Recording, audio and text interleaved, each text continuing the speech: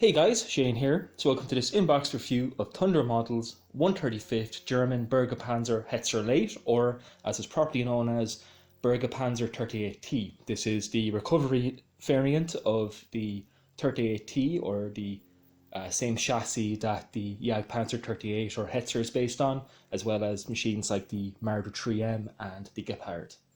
So this is the first time I've taken a look at a kit from Thunder Model, and I picked this up at my local model shop, which is Diecast Model for You. I'll have a link to their webpage in the description of this video, as I often get questions from modelers in Ireland, especially the west of Ireland, of where there's any local model shops. And this model shop has been going now just for a little while, and it's really good. So really good staff in there. So do check them out if you're looking to source any of your models locally. So this is the first time you're looking at a model kit from Thunder, or Thunder Model, should I say.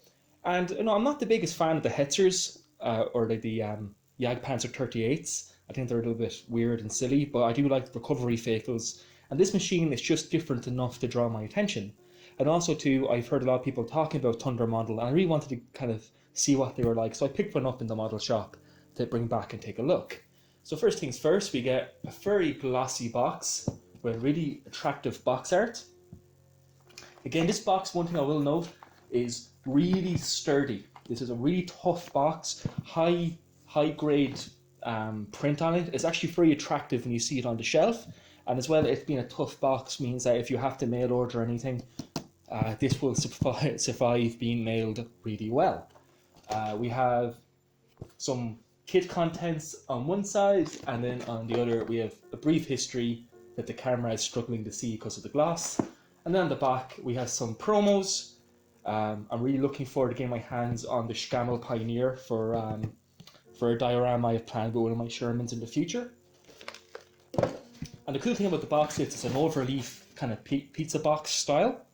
And first thing we're greeted with, we have a full colour ammo of MIG painting and marking college. Again, these are all in MIG colours, and if you're like me, I won't touch MIG with a barge pole, so I'm going to be just going and finding my own colours. However, they do give you the actual numbers of the colours, or the actual names. So Dunkelgelb, August 44, so late style Dunkelgelb.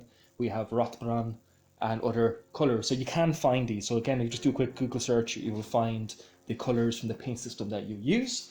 We get two late war vehicles, again from the Western Front. This is from Germany, March 1945. We'll have a proper look at these in a few moments.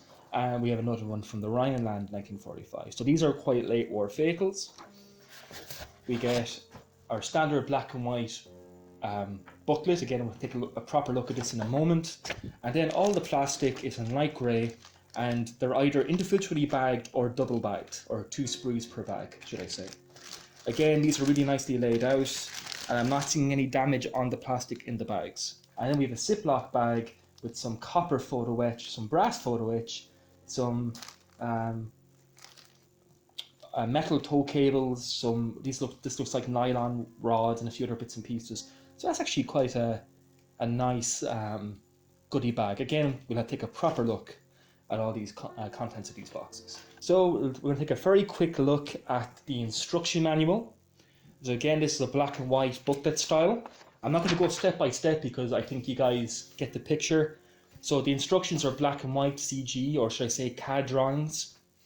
They are pretty well detailed. The first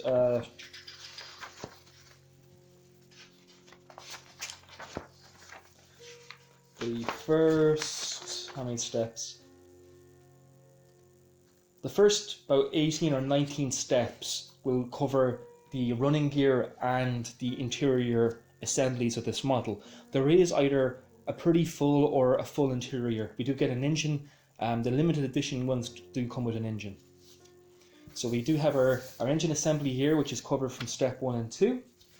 And then we have our transmission. So far, the instructions seem pretty clear. We do have small rivet detail that we're meant to add to the drive sprockets. That might be a bit fiddly, but again, we'll see how well that goes. So you have to add your own bolt heads there. I'm pretty sure they are included though. Then we're adding some photo-etch parts here, and then adding the mountings for the suspension. Again, from step 6 and 7, we're adding more of the suspension arms and road wheels and sprockets. And then we're coming on then to adding the tracks. So the tracks are Lincoln length. These can be a good thing or a bad thing. If you're a little bit careless at how you put Lincoln length together, they might not line up correctly. But the trick is to really take your time and try to get the joints to line up correctly, especially when you go from the actual links like here around these sprockets to the larger lengths. So the best way to do is just take your time with it and actually think about what you're doing. I might have to run into the same problem with Taycom's M3 Elite when I come around to building that, because I'm told the Lincoln length are too long. However, I haven't read anything with the Hetzer here or the Bergepanzer to see if this has the same problem. Hopefully it doesn't. Again, we're moving on to our transmission.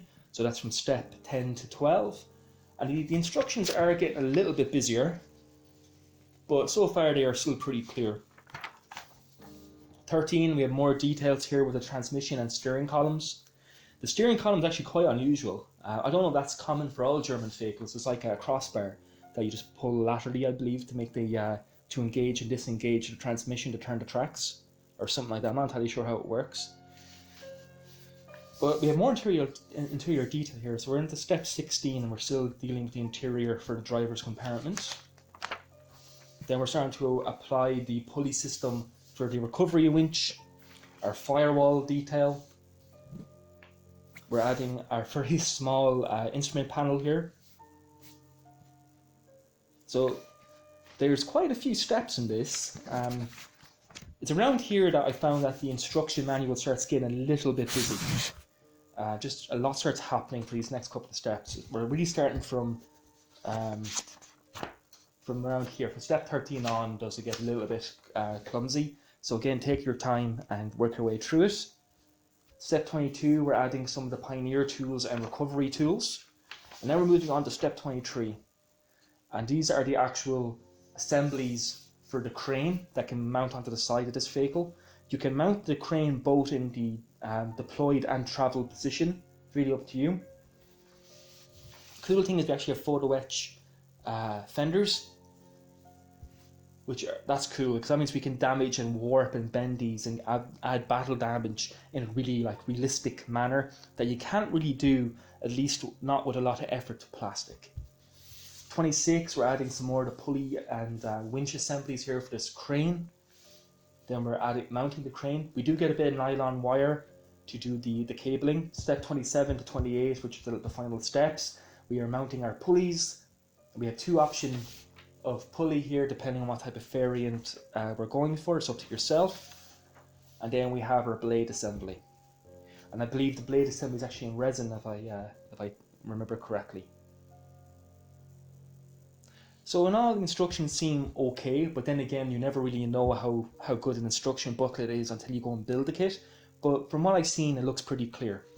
We do have a sprue map on the last 2 pages, which is always handy if you're having trouble finding parts. So now I'm going to move on to the marking guide, which is provided by Ammo of MIG, and of course all the colours are going to be in his colours, and if you don't like MIG colours like I don't, because they're shite, you're going to have to go and look for colours in the paint system that you use. It's not a big problem, a quick Google search will quickly help you out there. So we have this very standard tritonal vehicle from the Rhineland 1945. Nice and simple. It's actually quite an attractive little camouflage pattern. And then on the other side we have another machine from Germany, March 1945, so right near the end of the war, with the cool kind of disc style camouflage. Now you can get different types of masks to make these if you want. I'm in two minds if I want to do the disc camo or the standard soft edge camo. I'm kind of gravitating towards the soft edge. It just looks a bit more attractive in my eyes. But either way, these are really attractive color callouts. So we also get this small sheet of instructions, and these are probably for the resin parts, which are for the travel blade arms. And I believe this is just for it's either an amendment or it's just included, should I say, for the limited edition. Okay, so let's actually have a look at the parts and see what type of detail we can get. So we do get this little goodie bag here, kind of reminiscent to how Dragon does their Dragon cards now. However, you get far, far more detail in this bag than you do in most Dragon kits now. However, this, bearing in mind, is the limited edition version, so there is a few more goodies. So starting with the small copper Photo-etch fret, we have some nice grill details here. Again, it's really finely detailed, and the nice thing about copper is it'll bend pretty nicely too. I actually haven't come across many copper Photo-etch frets in my time, so it's going to be kind of interesting to see how this builds up. I know some companies like, I believe Royal Model uses a lot of copper Photo-etch, if I remember correctly. I think so did Linden. So then we have some tow cables that are made out of metal. Actually, no, these are actually made out of twine. So these are made out of silver twine. I actually first thought these were going to be made out of braids of steel, but they're not. Which is not necessarily a bad thing. Sometimes I find the steel ones are too rigid and they have too much stiffness in them to look realistic in 1/35 scale. So this actually might be okay. We have a finer style of thread, again silver thread, so it already looks kind of metallic, and if you put a little bit of wash over this, it'll give it that nice grimy look. However, the way it's being just thrown into the bag, it has kinked both strands here. However, if you went into a sewing shop or a seamstress, you'd probably find replacement braid quick enough if yours were unusable. Then we have some random wire. I'm not sure how well this can be used, you can't really even see it. And this is 0.3mm wire.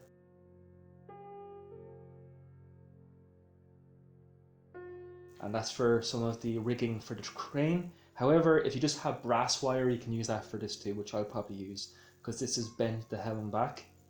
Though if you put it under torsion, it will go straight.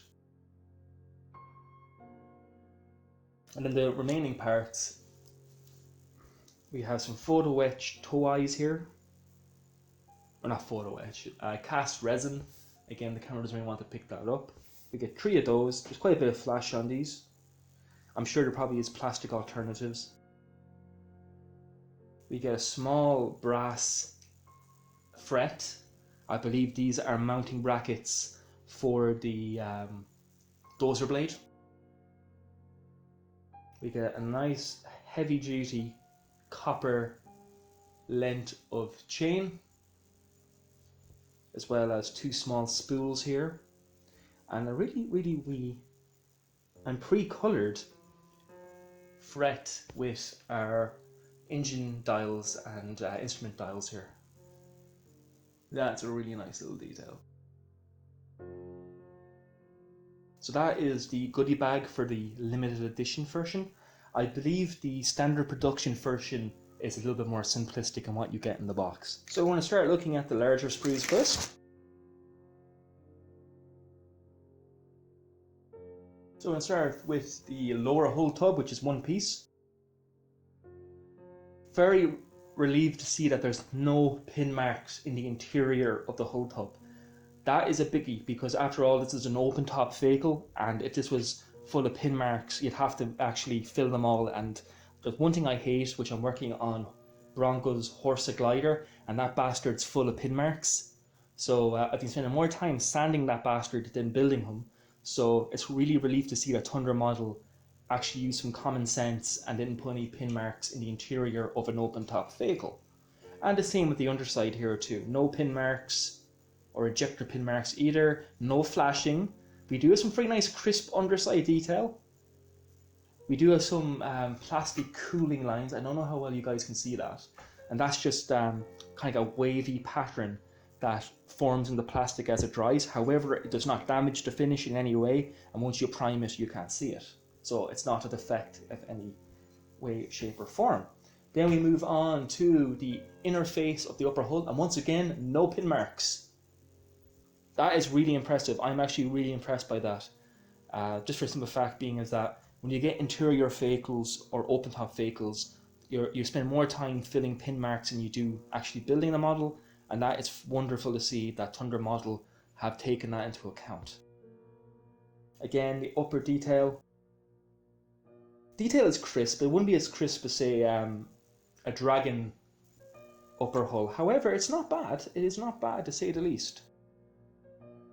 Then I'll draw your attention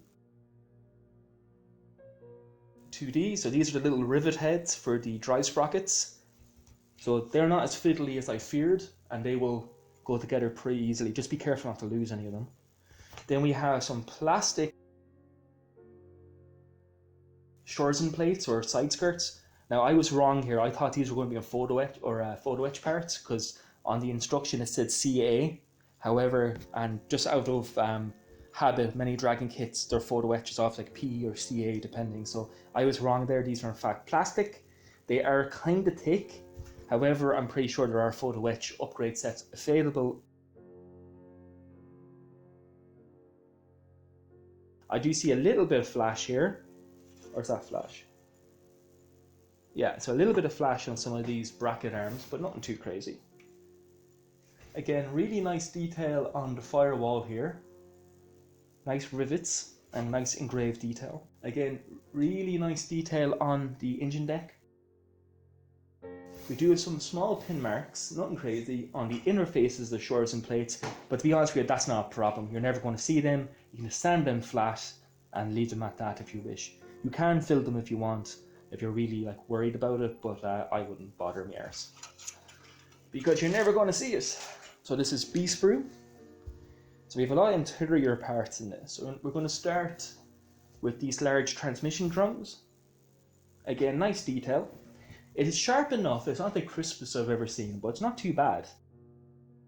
You know, this is actually pretty solid for a relatively new company, and it does hold up really well to companies like Bronco or Hobby Boss or Trumpeter. So they're not far off, I have to say. Like, so far so good from what I've seen. I'm not seeing much flash or anything like that, just in one or two small parts that, again, a quick pass of a hobby blade will remove. Looking at the Noyatec convoy light here, there does seem to be a little bit of a sink mark that'll have to be filled there. That's not too crazy, just a quick bit of filler will do that, or even a little bit of super glue into that little divot, and that will fill that immediately, and the sand it flush. Again, a lot of interior detail parts here. So most of the build of this vehicle is actually going to be the interior. So you can kind of see there's a lot of small parts on this sprue. A little bit of track link here. I believe this is probably spare track links. Some more of the drums for the transmission. So a sprue, we have pulley details. So we have these large pulley spools here.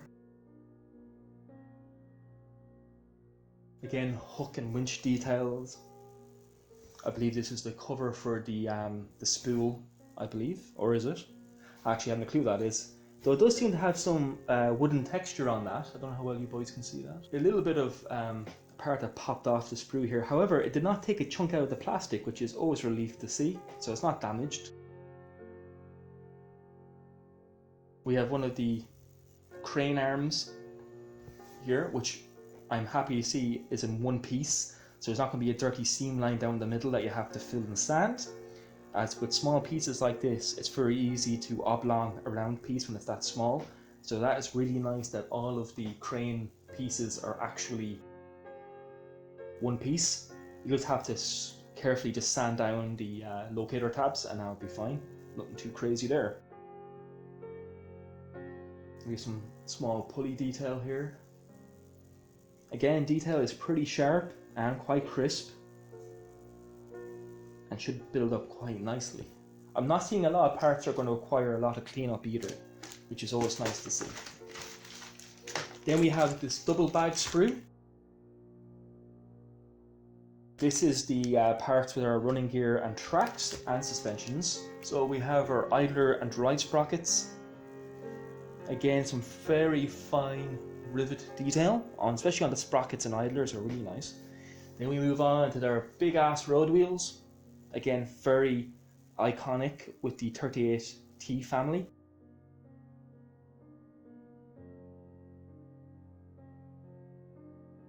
Some pin marks on, where are they? Some pin marks on the inner faces. However, like I said, you're never going to see those, so I'm not too bothered. We have some swing arm detail, again, very nice, very nice. Then we have our leaf springs, again, in focus, here we go. So we have our leaf springs. These are a little bit simple, though I'm not sure how much of that's going to be seen. And these are actually two-part assemblies. So we do have some tabs you're going to have to snip off and sand to fit both sides together. Again, very basic hobby skills here and nothing that we should be upset about after all. Then we come on to our link and length tracks. So we do have some of these smaller pieces that are actually, they have the sag molded in. So again, take your time lining these up. If you take your time, they will go together. But just, you have to be patient with link and length. In many regards, they're more tricky to put together than individual link tracks. Then we have our larger length of track. This is probably for the bottom of the running gear, like on the ground. And then we have our individual links. I'm not seeing any flashing on these parts, and these are the parts I would expect to see flashing on because they are quite small. And I'm not seeing any tabs or pin marks you're going to have to sand down either. So that is really, really impressive. Yeah, that is solid. That is very solid. And we also have some smaller detail here, like towing eyes and other type of mounting brackets for various other types of recovery equipment on the Fatal. We have looks like a towing arm here, I believe. Now that is a two-piece assembly. So that'll be interesting to see how that goes together. And we have two of these sprues, so far I'm very impressed. And the last sprue in the box is the actual assembly for the dozer blade on the back of the vehicle. So we have our dozer blade. So this is a pretty large piece of plastic and it comes in two parts. So this is the outer face, and then this piece then will mate on to the back of it. We do have some pin marks and a little bit of flash here and there.